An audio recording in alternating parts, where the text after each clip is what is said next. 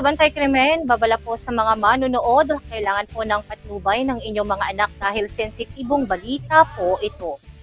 Lima arestado sa drug den raid sa Pampanga. Naaresto ng mga operatiba ng Philippine Drug Enforcement Agency Region 3 ang 5 katao sa makeshift drug den raid sa Barangay Marcos Village bandang alas 6:35 ng gabi noong April 12, 2026.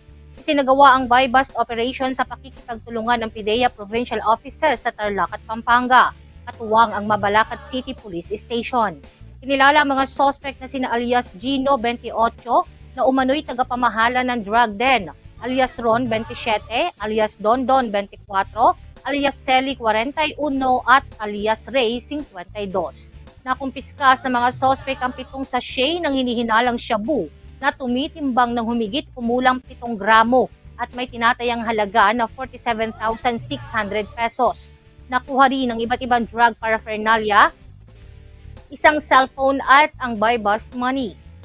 Pansamantalang ikinulong ang mga suspect sa PIDEA 3 Detention Facility sa City of San Fernando, Pampanga habang isinasa ilalim sa forensic examination ng mga nakuhang ebidensya.